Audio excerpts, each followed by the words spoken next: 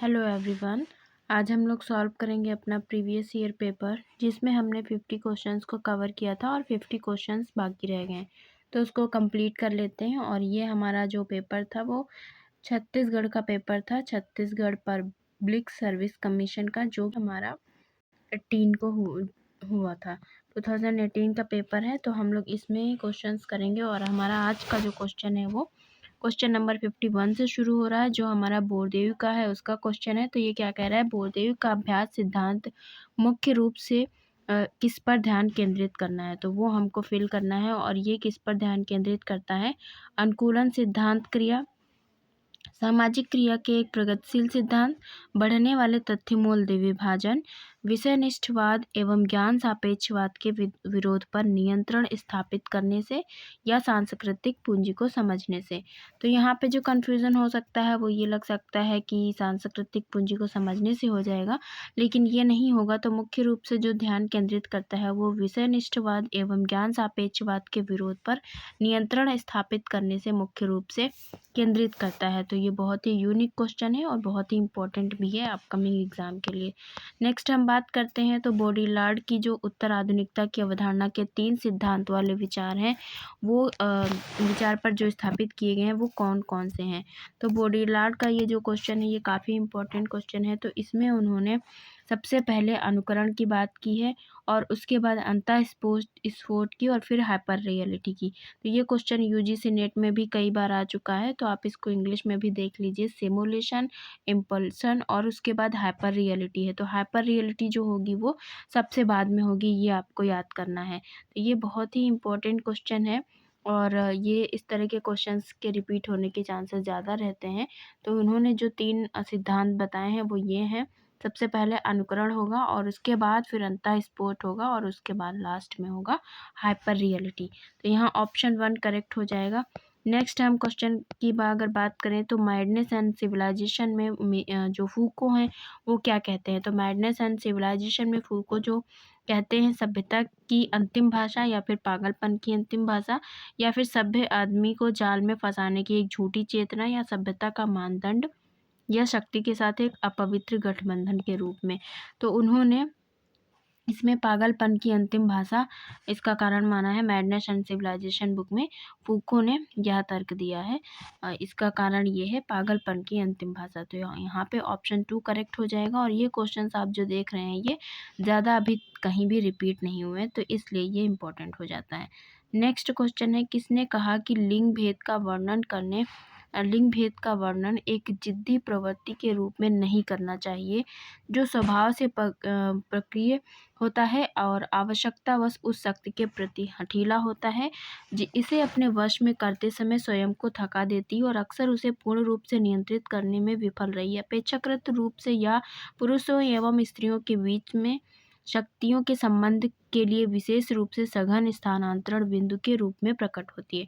तो काफ़ी बड़ी डेफिनेशन है, और इस तरह की डेफिनेशन जो है वो बहुत आसानी से नहीं मिल पाती है, समझ में नहीं आती है। तो हम लोग इसमें की वर्ड पकड़ के ही आंसर करेंगे। और इसका कीवर्ड भी मुझे जहाँ तक नज़र आ रहा है वो यहाँ पे मुझे समझ में आ रहा है कि शक्ति के प्रति हठीला हो जाता है, और इसे अपने वश में करते समय स्वयं को थका देती है। तो अगर हम बात करें कि जो पॉलिटिक्स की बात हुई है, जो पावर की बात हुई है, वहाँ से हम लोग क्वेश्चन को फाइंड आउट कर सकते हैं। यानी आप अगर इंग्लिश में देखेंगे तो आपको अच्छे से समझ में आएगा। कीवर्ड आपको जो मैं हाईलाइट कर रही हूँ वो आपको देखने को मिलेगा।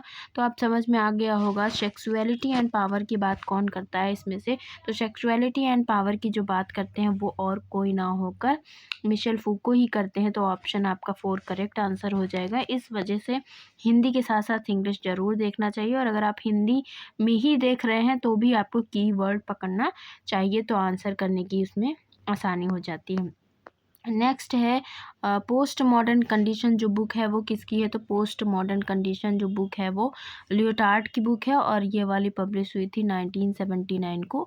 तो ये भी इम्पोर्टेंट बुक है। तो ये तो बहुत बार यूजीसी नेट में पूछी जा चुकी है, इसलिए आप सभी लोग इससे भली भांति परिचित होंगे।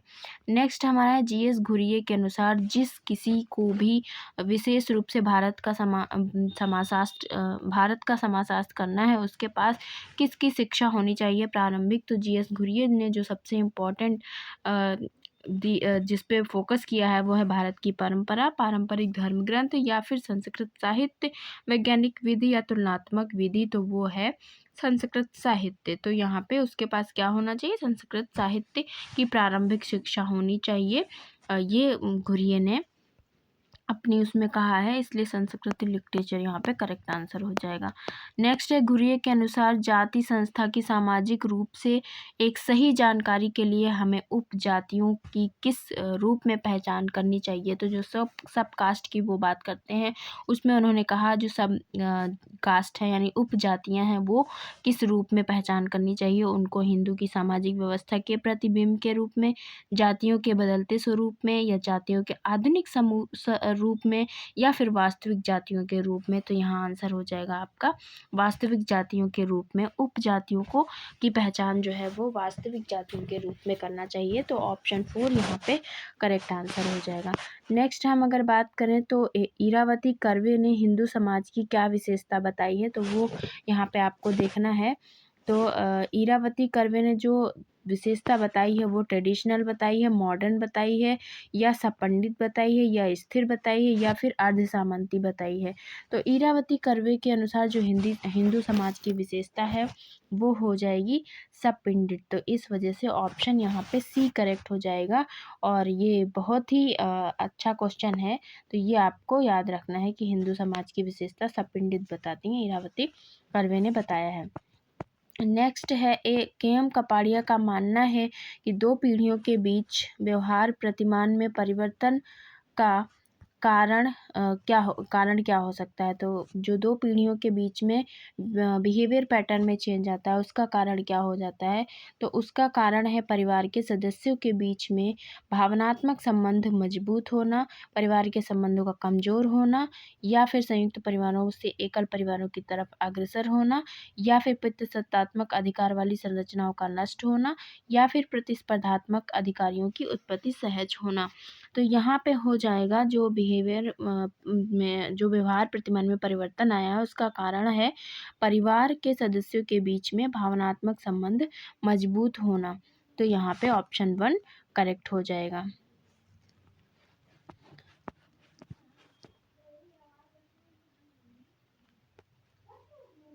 निम्नलिखित में से कौन भारतीय समाज के मौलिक एवं क्षेत्रीय दृष्टिकोण को संश्लेषित करने के लिए जाने जाते हैं।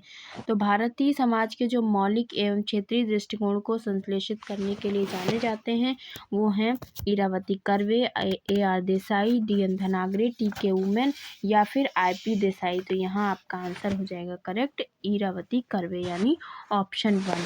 तो ये भारतीय समाज के मौलिक एवं क्षेत्रीय दृष्टिकोण से संश्लेषित करने के लिए जाने जाते हैं। ऑप्शन 1 करेक्ट हो जाएगा। नेक्स्ट है, SC दुबे का मानना है कि भारतीय गांव है। तो SC दुबे का क्या मानना है, भारतीय गांव क्या है, स्वतः पूर्ण छोटा गणराज्य या स्वतः पूर्ण छोटा गणराज्य नहीं, या फिर भारतीय सामाजिक जीवन का बुनियादी पहलू, या पारंपरिक अधिकार स्थल, या फिर कॉरपोरेट जो ग्रुप होते हैं वो। तो इनके अकॉर्डिंग जो भारतीय गांव है वो छोटा गणराज्य नहीं है, स्वतः पूर्ण छोटा गणराज्य नहीं है। तो ऑप्शन बी करेक्ट हो जाएगा। उसके बाद है, जाति को परिवारों के एक संग्रह या परिवारों के समूह के रूप में परिभाषित किया जा सकता है जिसका एक सामान्य नाम होता है जो विशिष्ट पेशा को सूचित करता है, उससे संबंधित होता है, जिसका पौराणिक पूर्वज होता है यानी मनुष्य देवी से उत्पत्ति मानी जाती है, जो सामान्य पेशेवर व्यवसाय अपनाता है और जिन्हें विचार प्रदान करने वाले सक्षम व्यक्तियों द्वारा एक सजातीय समुदाय उत्पन्न करने वाला माना जाता है। तो ये जो परिभाषा है जाति की वो किसने दी है, तो मैंने कई बार बताया जब जाति की परिभाषा में पौराणिक पूर्वज माना जाएगा, और ये डेफिनेशन आई थिंक 16 जो छत्तीसगढ़ का 16 वाला पेपर था उसमें भी आई हुई थी। तो इसमें जब जाति की डेफिनेशन में एक सामान्य नाम, वेशभूषा, पेशा और व्यवसाय ये सब होगा, लेकिन मैंने आपको कीवर्ड बताया था पौराणिक पूर्वज होगा, तो उसका आंसर हो जाएगा रिजले। तो ये डेफिनेशन रिजले की है और ये बहुत इंपॉर्टेंट है, PGT में तो काफ़ी पूछी जाती है। तो ये कीवर्ड करके आप लर्न कर सकते हैं। एस.सी. दुबे के अनुसार हिंदू सामाजिक व्यवस्था में वर्ण क्या है? तो वर्ण क्या है इनके अकॉर्डिंग?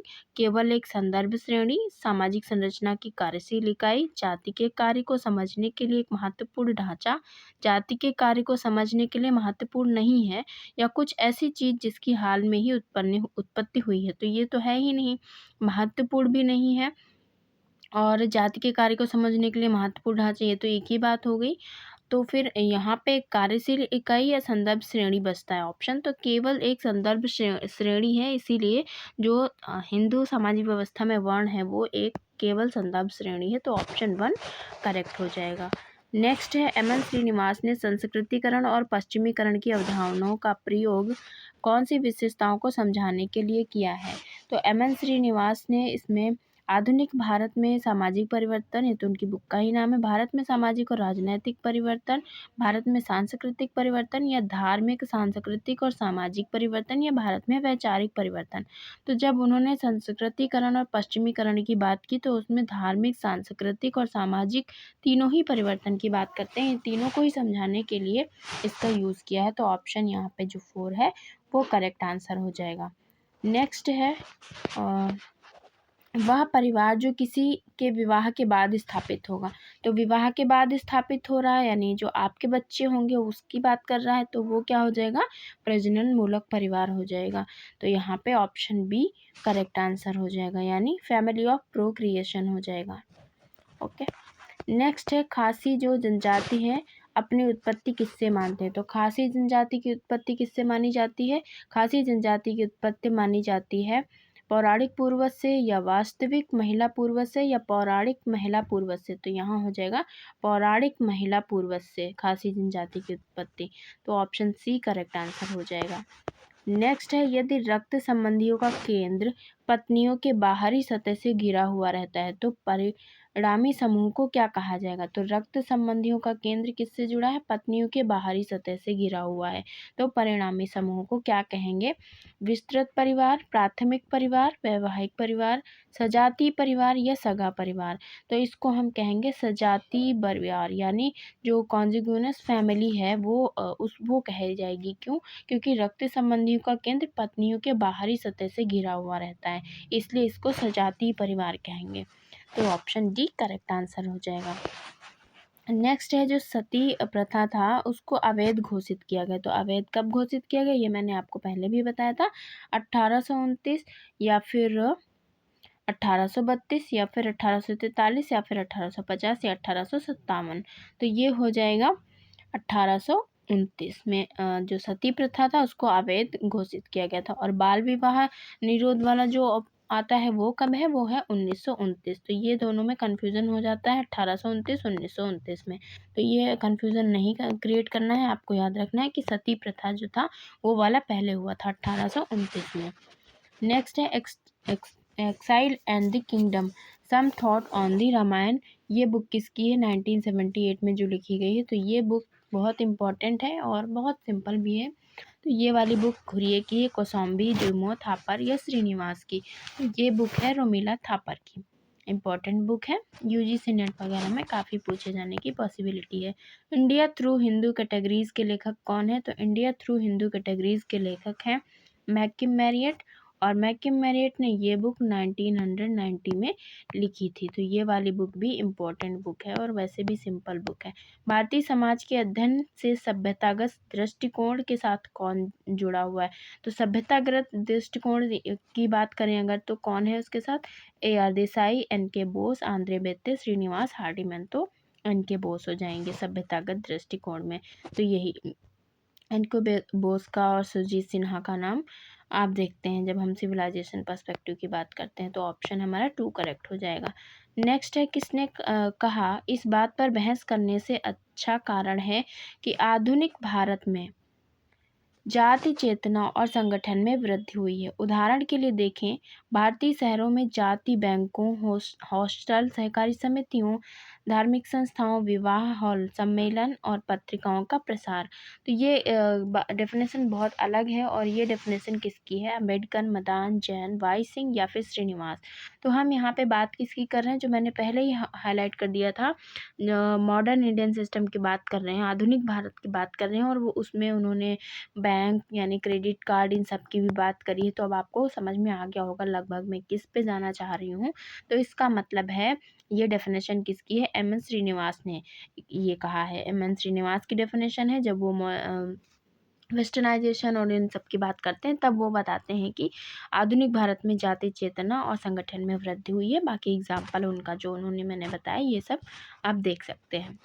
नेक्स्ट है एन के बोस के अनुसार जाति व्यवस्था की स्थापना किस आधार पे हुई है? तो एन के बोस के अनुसार जो जाति व्यवस्था की स्थापना हुई है वो किस आधार पर हुई है? उत्पादन संगठन, धार्मिक संस्कार संबंधी पदानुक्रम, पृथकता, नस्लीय समानता या शुद्धता, प्रदूषण, विरोधाभास। तो वो है उत्पादन संगठन के आधार पर जाति व्यवस्था की स्थापना हुई है। किसके अनुसार? एन के बोस के अनुसार। तो ये क्वेश्चन भी बहुत अच्छा है, अभी तक तो रिपीट नहीं हुआ है और बहुत अच्छे अच्छे क्वेश्चंस हैं। तो जब भी पढ़ें तो डीपली पढ़ें, क्योंकि आजकल आप क्वेश्चंस देख रहे हैं रिपीटेड उतना नहीं आ रहे हैं, तो बहुत अलग अलग क्वेश्चंस हैं। जबकि ये तो 2018 का पेपर है, तो काफ़ी टाइम हो गया है इसको। तो एस.सी. दुबे का मानना है कि भारत में भाषाई विभिन्नता के कारण उत्पन्न होती है। तो सुचारू भाषा नियोजन, सामूहिक पहचान और यहाँ तक कि संघर्ष, या फिर संघर्ष, और या फिर देश की लोक भाषा, या फिर एक भाषा का वर्चस्व। तो इसमें आंसर हो जाएगा आपका भारत में भाषाई विविधता के कारण उत्पन्न होती है। क्या उत्पन्न होती है? सामूहिक पहचान और यहाँ तक कि संघर्ष। तो ये ऑप्शन करेक्ट हो जाएगा, ऑप्शन 2 इसमें करेक्ट आंसर हो जाएगा। नेक्स्ट क्वेश्चन है हमारा, भारत में जातियों में अम्बेडकर तर्क देते हैं कि जाति का अर्थ है। तो अम्बेडकर के अकॉर्डिंग जाति का क्या अर्थ है ये आपको देखना है। तो इन्होंने किसकी बात की है? समझ में ही आपको आ रहा होगा। असवर्ण विवाह के ऊपर सगोत्र विवाह का अध्यारोपण, एक धार्मिक निषेधाज्ञा के आधार पर विशेषता, पारस्परिक प्रतिकर्षण, पृथकगत समूह, आरोपित असमानता। तो यहाँ पे हो जाएगा असवर्ण विवाह के ऊपर सगोत्र विवाह का अध्यारोपण, और ये है जाति का अर्थ अम्बेडकर के अकॉर्डिंग। नेक्स्ट है, किसने कहा? ज़्यादातर इसमें बहुत सारी डेफिनेशंस हैं तो इस वजह से थोड़ा सा इसमें टाइम लग सकता है। किसने कहा? ज़्यादा अधिक बुरी बात यह है कि चापलूसी एवं मानव संसर्ग में ये बाधाएं अपनी अस्पृश्यता के कारण न केवल सार्वजनिक जीवन में भेदभाव की संभावना शामिल करते हैं, बल्कि वास्तव में अवसर ही हर समानता के सकारात्मक परित्याग और उन अधिकांश प्रारंभिक नागरिक अधिकारों के परित्याग की योजना तैयार करते हैं जिन पर सभी मानव अस्तित्व निर्भर करते हैं। ये डेफिनेशन किसकी अच्छी है? किसकी है? ये डेफिनेशन बहुत ही सिंपल, मतलब हमने वैसे ही हाईलाइट कर दिया। आप बता सकते हैं कि किसने किया, किसकी डेफिनेशन होगी? गेल, ओमलेट, गोपाल गुरु, श्रीनिवास, अम्बेडकर या फिर घुरिए। तो जिनका जाति पे काम है, जिन्होंने बात करी, वही लोग होंगे। तो आप ऑप्शन में देख सकते हैं। और अस्पृश्यता की बात सबसे ज़्यादा कौन करते हैं? अब आंसर आप समझ ही गए हैं कि कौन है, तो वो है अम्बेडकर। तो इसीलिए मैंने यहीं पे हाईलाइट कर दिया था कि आप समझ सकें कि कौन आंसर हो सकता है। तो यहाँ पे ऑप्शन 4 करेक्ट आंसर हो जाएगा। नेक्स्ट, तो आप जानते ही हैं भारत के संविधान का कौन सा अनुच्छेद अस्पृश्यता के बारे में बात करता है। तो इसमें तो कुछ बताने की नीड है नहीं, सभी लोगों को पता ही है अस्पृश्यता की बात कौन करता है। आर्टिकल 17। तो ऑप्शन 2 करेक्ट हो जाएगा। नेक्स्ट, ये क्वेश्चन भी आप लोग जानते ही हैं, ओबीसी के कल्याण को बढ़ावा देने के लिए सरकार का संवैधानिक दायित्व निम्नलिखित में से कौन से अनुच्छेदों के अंतर्गत आता है? तो वो आता है 341, 342 और 16(4). तो ये यहाँ पे आपको ध्यान रखना है, 16(4) वाला आंसर इसमें करेक्ट हो जाएगा। तो यानी ऑप्शन जो डी है वो करेक्ट आंसर हो जाएगा। नेक्स्ट हम लोग बात करें तो भारत के संविधान का कौन सा अनुच्छेद अल्पसंख्यक के हितों का संरक्षण की चर्चा करता है? तो ये भी काफ़ी क्वेश्चन आता ही रहता है। तो अल्पसंख्यक के हितों की जो बात करता है वो आर्टिकल 29 है। ऑप्शन 2 करेक्ट हो जाएगा। नेक्स्ट है, भारत के संविधान का कौन सा अनुच्छेद लोकसभा में एंग्लो इंडियन समुदाय के प्रतिनिधित्व की चर्चा करता है? तो जब एंग्लो इंडियन की बात होगी तो वो कौन सा आर्टिकल बात करता है? तो वो हो जाएगा आपका आर्टिकल 330 लोकसभा में। तो आपको याद कर लेना है कि जब लोकसभा की बात होगी तो हमारा वहाँ पे जो ऑप्शन होगा वो 330 ही होगा, आर्टिकल 330। तो ऑप्शन 1 करेक्ट हो जाएगा। नेक्स्ट हमारा है, एक देश के भीतर क्षेत्रीयता के प्रभावों एवं महत्व का सही ढंग से मूल्यांकन किसके जरिए किया जाता है। तो एक देश के भीतर क्षेत्रीयता के प्रभावों एवं महत्व का सही ढंग से मूल्यांकन जो किया जाता है वो मुख्य धारा के परिप्रेक्ष्य या परिधि धारा के परिप्रेक्ष्य या पारदेशी नागरिक समाज राष्ट्रीय सुरक्षा। तो ये तो वैसे भी आपको पता ही है, ये इससे कोई मतलब नहीं, मुख्य धारा या परिधि होगा। तो ये हो, जब देश के भीतर की बात हो रही तो आपका हो जाएगा परिधि, यानी पेरिफेरल जो पर्सपेक्टिव होगी वो हो जाएगा। तो ऑप्शन 2 करेक्ट आंसर हो जाएगा, क्योंकि उसके अंदर है ना क्षेत्र के, तभी। नेक्स्ट है, भारत में राष्ट्रीय एकता की समस्या आमतौर पे किसके संदर्भ में जानी जाती है। तो जो भारत में राष्ट्रीय एकता की समस्या है वो आमतौर पे किसके संदर्भ में जानी जाती है। अलगाववादी समूह की आकांक्षाएं या आतंकवादी समूहों से उत्पन्न खतरा या क्षेत्रीय भावनाओं का अस्तित्व या विभिन्न अल्पसंख्यक समूहों की भूमिकाएं और आकांक्षाएं या सांप्रदायिक रूप से प्रभावित संवेदनशीलताएं। तो इसका जो करेक्ट आंसर होगा वो विभिन्न अल्पसंख्यक समूहों की भूमिकाएं और आकांक्षाएं होगा। हालांकि इसका कहीं कहीं पे आंसर ऑप्शन जो लास्ट है वो दिया हुआ है, सांप्रदायिक रूप से प्रसारित संवेदनशीलताएं, तो वो करेक्ट आंसर नहीं है। इसका करेक्ट आंसर यही है, विभिन्न अल्पसंख्यक समूहों की भूमिकाएं और आकांक्षाएं। अगर आप किसी बुकलेट से कर रहे हो जो प्रीवियस ईयर की आती हैं और उसमें ये क्वेश्चन हो सकता है इसका आंसर रॉन्ग दिया हो, तो आप उसको करेक्ट कर लेना। ऑप्शन 4 इसमें करेक्ट आंसर हो जाएगा, यानी विभिन्न अल्पसंख्यक समूहों की भूमिकाएं और आकांक्षाएं। नेक्स्ट है, लुई ड्यूमो के अनुसार यह स्पष्ट है कि अछूत की अशुद्धता है। तो अछूत की अशुद्धता क्या है। ब्राह्मणवादी मानसिकता का परिणाम, पदानुक्रमण के कर्मकांडी समझ का एक परिणाम, एक मानसिक धारणा, या ब्राह्मणों की पवित्रता से धारणात्मक रूप से अभिन्न, या असंख्य अभिव्यक्तियां। तो ये हो जाएगा ब्राह्मणों की पवित्रता से धारणात्मक रूप से अभिन्न अछूत की अशुद्धता है। तो ये वाला ड्यूमो के अनुसार, वैसे भी आपको पवित्रता से समझ में आ जाएगा कि यही ऑप्शन करेक्ट होगा। नेक्स्ट है, अनुसूचित जातियों का प्रयोग एक सरकारी लेबल के रूप में किया जाता है, क्योंकि यदि उनकी जाति सरकारी अनुसूचियों में सूचीबद्ध होती है तो क्या होता है, जाति के सदस्य विशेषाधिकार का लाभ उठाते हैं। जाति के सदस्य सकारात्मक कार्रवाई और कई लाभों एवं संरक्षणों के लिए पात्र बन जाते हैं, या फिर जाति के सदस्य राज्य के संरक्षण में रहते हैं, या जाति के सदस्यों को एक निश्चित पहचान प्राप्त होती है, या जाति के सदस्यों को अवसर उपलब्ध होते हैं। तो यहाँ पे ऑप्शन जो करेक्ट होगा वो क्या हो जाएगा, सरकारी लेवल के रूप में जाना जाता है, क्योंकि यदि उनकी जाति सरकारी अनुसूची में सूचीबद्ध होती है तो जाति के सदस्य सकारात्मक कार्यवाही के कई लाभों एवं संरक्षणों के पात्र बन जाते हैं।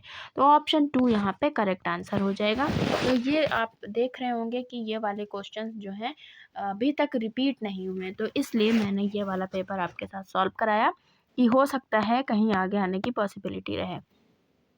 नेक्स्ट है, आदिवासी समाज में ईसाई धर्म प्रचारकों की गतिविधियों और राष्ट्रीय स्वयंसेवक संघ तथा विश्व हिंदू परिषद जैसे संगठनों द्वारा प्रचार ने उत्पन्न किया है। तो क्या उत्पन्न किया है, विभिन्न आदिवासी समूहों के बीच में शत्रुता, जनजातियों का मुख्य धारा से अन्य संक्रमण, मुख्य धारा में आदिवासियों के लिए एकीकरण के लिए अनुकूल परिस्थितियों, या फिर उनके लिए महान भ्रम और संघर्ष, या फिर उनके समाज के भीतर प्रगतिशील प्रबुद्ध हिस्से। तो उन्होंने क्या उत्पन्न किया है, आदिवासी समाज में जब ईसाई धर्म का प्रचारक गतिविधि और राष्ट्रीय स्वयंसेवक संघ, विश्व हिंदू परिषद, ये सब संगठन बने, तो इनके द्वारा जो प्रचार हुआ उसने क्या उत्पन्न किया, उनके लिए महान भ्रम और संघर्ष उत्पन्न कर दिया आदिवासी समाज के लिए। तो ये ऑप्शन हमारा करेक्ट हो जाएगा, ऑप्शन 4। नेक्स्ट है, विपिन चंद्र के अनुसार सांप्रदायिकता एक विचारधारा है। क्या है, सांप्रदायिकता एक आइडियोलॉजी है, और इस संदर्भ में विचारधारा का क्या अर्थ है, इस पर्सपेक्टिव में आइडियोलॉजी का क्या मतलब है। तो विपिन चंद्र के अनुसार अगर हम लोग बात करें तो सांप्रदायिकता का अर्थ है हिंसा चालित मानसिकता, एक मूल्य प्रणाली द्वारा प्रेरित विचार या समाज, अर्थव्यवस्था और राजनीति के बारे में कुछ मान्यताओं पर आधारित विश्वास प्रणाली। तो एग्जैक्टली जो सांप्रदायिकता है, कम्युनिज्म है, उसका मतलब ही यही होता है, समाज, अर्थव्यवस्था और राजनीति, इसके बारे में कुछ मान्यताओं पर आधारित विश्वास प्रणाली। यानी एक बिलीफ सिस्टम होता है, एक सोसाइटी के बारे में, इकोनॉमिक सिस्टम के बारे में, एक पॉलिटिक्स के बारे में, या किसी के बारे में भी एक आइडियोलॉजी होती है, एक उनका बिलीफ सिस्टम होता है जो वो मानते हैं, तो उसको हम कहते हैं सांप्रदायिकता। तो विपिन चंद्र के अनुसार हो या किसी के भी अनुसार हो, सांप्रदायिकता का यही मतलब होता है। इस वजह से ऑप्शन 3 करेक्ट आंसर हो जाएगा। जाति विकलांगता निष्कासन अधिनियम जो है वो वाला कब बना है? तो वो बना है 1850 में, और ये बहुत बार आ चुका है। यूजीसी नेट हो या कोई भी एग्ज़ाम हो, उसमें मैक्सिमम ये वाला जो वो है पूछा जाता है अधिनियम। कौन सा अनुच्छेद अनुसूचित जनजाति के कल्याण को बढ़ावा देने के लिए उनके लिए एक बेहतर प्रशासन प्रदान करने हेतु राज्य सरकारों को केंद्र सरकार द्वारा विशेष राशि की स्वीकृति प्रदान करता है? तो यहाँ पे जो विशेष राशि की स्वीकृति प्रदान करता है वो कौन सा अनुच्छेद है? तो वो अनुच्छेद है आर्टिकल जो है आपका 275 है, वो विशेष राशि की स्वीकृति प्रदान करता है 275। तो ऑप्शन 1 करेक्ट हो जाएगा। नेक्स्ट हम लोग देख लेते हैं। तो नेक्स्ट पूछ रहा है, निम्नलिखित में से कौन आधुनिक विज्ञान का अध्ययन करने के लिए द्वंद्वात्मक भौतिकवादी दृष्टिकोण का उपयोग करता है? तो यहाँ पे पूछा है कौन आधुनिक विज्ञान का अध्ययन करने के लिए द्वंद्वात्मक भौतिकवादी दृष्टिकोण का उपयोग करेगा? थॉमस कुन, कार्ल पॉपर, बर्नार्ड या फिर कार्ल मार्क्स और स्टीव फुलर। तो यहाँ पे आपका जो आंसर हो जाएगा वो क्या हो जाएगा? ये काफ़ी अच्छा क्वेश्चन है, तो आप इसको ध्यान से देखिएगा, क्योंकि द्वंद्वात्मक भौतिकवादी देखते हुए आपको कार्ल मार्क्स भी याद आ रहा होगा, लेकिन यहाँ पे आधुनिक विज्ञान की बात हो रही है, तो यहाँ पे कार्ल मार्क्स ना होकर जो आपका आंसर हो जाएगा वो क्या होगा? जेडी बर्नवाल हो जाएगा। तो आप ध्यान रखिएगा, जब भी पूछे कि आधुनिक विज्ञान का अध्ययन करने के लिए किसने द्वंद्वात्मक भौतिकवादी पर्सपेक्टिव अपनाया है, तो आपका आंसर होगा जेडी बर्नवाल। सिर्फ द्वंद्वात्मक भौतिकवादी देखते ही नहीं कर लेना है आपको ये कार्ल मार्क्स। ओके,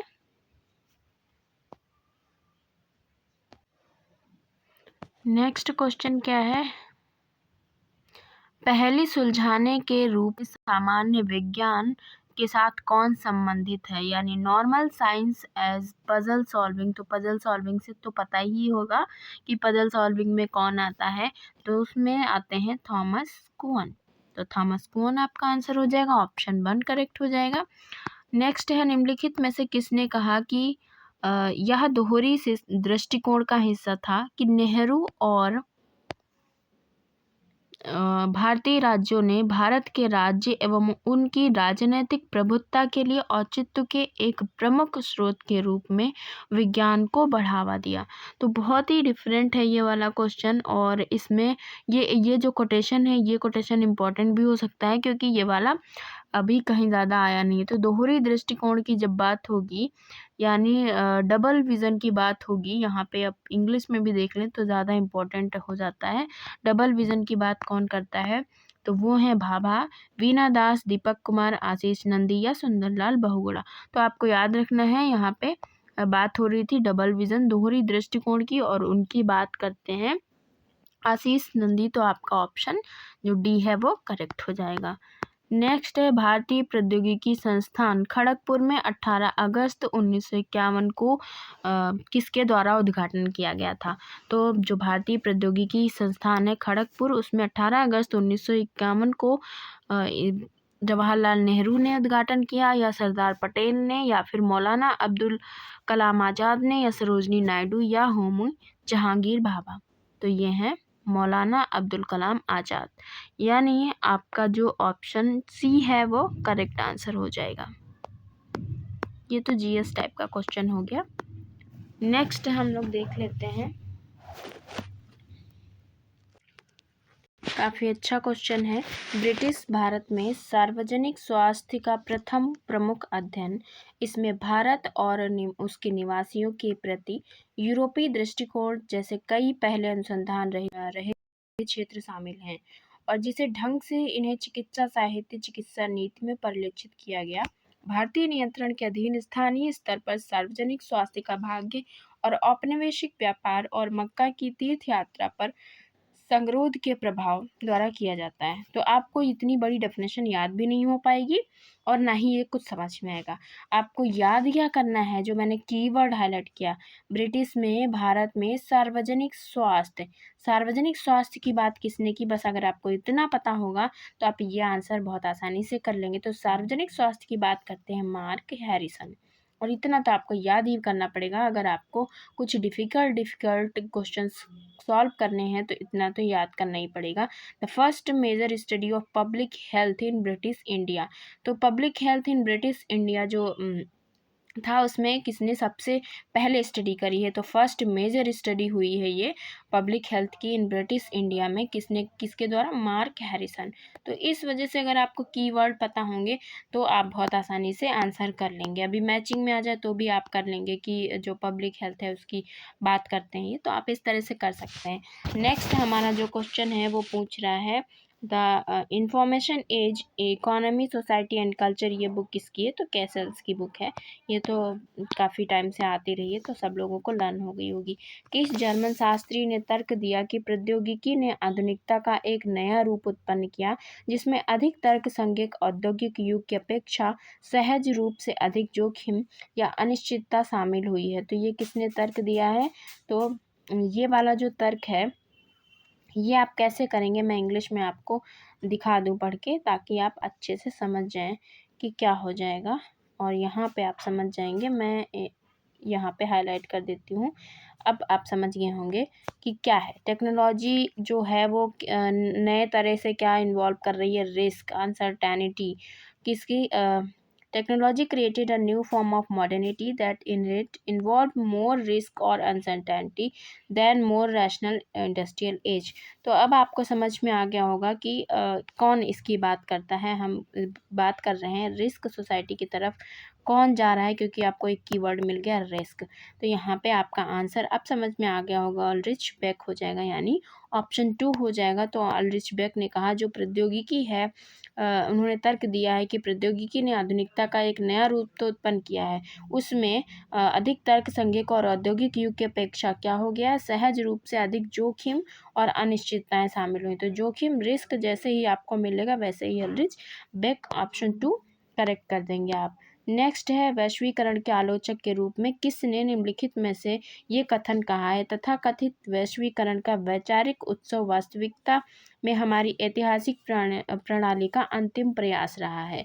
तो ऐतिहासिक प्रणाली का अंतिम प्रयास रहा है, ये बात किसने कही है, तो ये बात कही है, आप यहाँ इंग्लिश में भी एक बार देख लीजिए तो आपको जल्दी समझ में आ जाएगा। Globalisation is in reality the song of our historical system. तो यहाँ से आप देख सकते हैं ये आपका की पॉइंट हो जाएगा। और ये बात किसने कही है, ये बात कही बॉडीलार्ड, manual Castle's, Wallerstein, Daniel bell या फिर कार्ल पॉपर। तो ये बात कही है आपके वॉलनस्टीन ने, और उन्होंने कहा है जो ग्लोबलाइजेशन है उसका वैचारिक उत्सव वास्तविकता में हमारी ऐतिहासिक प्रणाली का अंतिम प्रयास रहा है। तो वास्तविकता में हमारी ऐतिहासिक प्रणाली का अंतिम प्रयास रहा है, ये कौन कहते हैं, वॉलनस्टीन कहते हैं, यानी आपका ऑप्शन जो सी है वो करेक्ट आंसर हो जाएगा। नेक्स्ट है किसने वैश्वीकरण के समाजशास्त्र के पक्ष में तर्क दिया, जो राजनैतिक अर्थव्यवस्था और साथ में शक्ति असमानता और संघर्ष को शामिल करता है। तो वैश्वीकरण के समाजशास्त्र के पक्ष में तर्क दिया है, साथ ही में पॉलिटी इकोनॉमी शक्ति असमानता और संघर्ष को भी शामिल करता है। तो ये वाली डेफिनेशन किसकी है, तो ये वाली डेफिनेशन गेलनर, फूको, बोरदेव, डेनियल बेल या फिर हैबरमास। तो ये बहुत ही अलग है, मतलब अलग नहीं है, कीवर्ड तो यहाँ पे दे रखा है, आप देख सकते हैं यहाँ से, अगर आप ज़्यादा ध्यान देंगे तो ही कर पाएंगे। तो ये वाली जो डेफिनेशन है वो बोरदेव की है, और ऐसे आपको लग रहा होगा कि कैसे बोरदेव की तो समझ में नहीं आती है। तो इनकी एक बुक भी है power in the global age, जो कि 2005 में पब्लिश हुई है रिच बेक की। तो वहाँ से आप इसको रिलेट कर सकते हैं, power in the global age. तो ये पावर की जो बात हो रही है, शक्ति, असमानता और संघर्ष, और ये ग्लोबल एज की बात हो रही है जो वैश्वीकरण के समाजशास्त्र की हुई है। तो ये वाली जो बुक थी वो 2005 में आई हुई थी, तो अभी ये बुक भी नहीं पूछी गई है।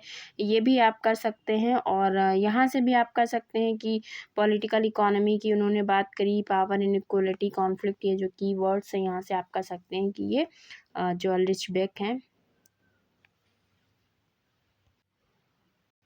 उनकी बुक है। भी में भी पूछी जाए कभी, तो मैंने एक्स्ट्रा नॉलेज के लिए आपको बता दिया कि ये इनकी बुक है, power in the global age 2005, और ये यहाँ पे ऑप्शन में नहीं है। तो ग्लोबलाइजेशन के उसमें जो ये बुक ये जो कोटेशन है वो बोरदेयू का है। तो ये कोटेशन क्योंकि कहीं आया नहीं तो मोस्ट प्रोबेबली बहुत सारे लोगों का गलत हो जाए, लेकिन आपको ध्यान रखना है कि ग्लोबलाइजेशन में भी इनका काम है बोरदेयू का।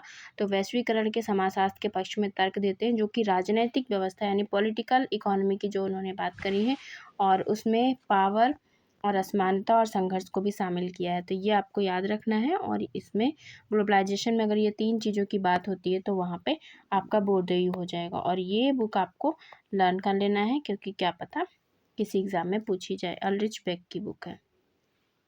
नेक्स्ट है लिबरलाइजेशन का क्या मतलब है। तो लिबरलाइजेशन का मतलब होता है मुक्त अर्थव्यवस्था जिसमें राज्य का कम से कम नियंत्रण हो और निजी उद्यम को अधिक से अधिक स्वतंत्रता हो।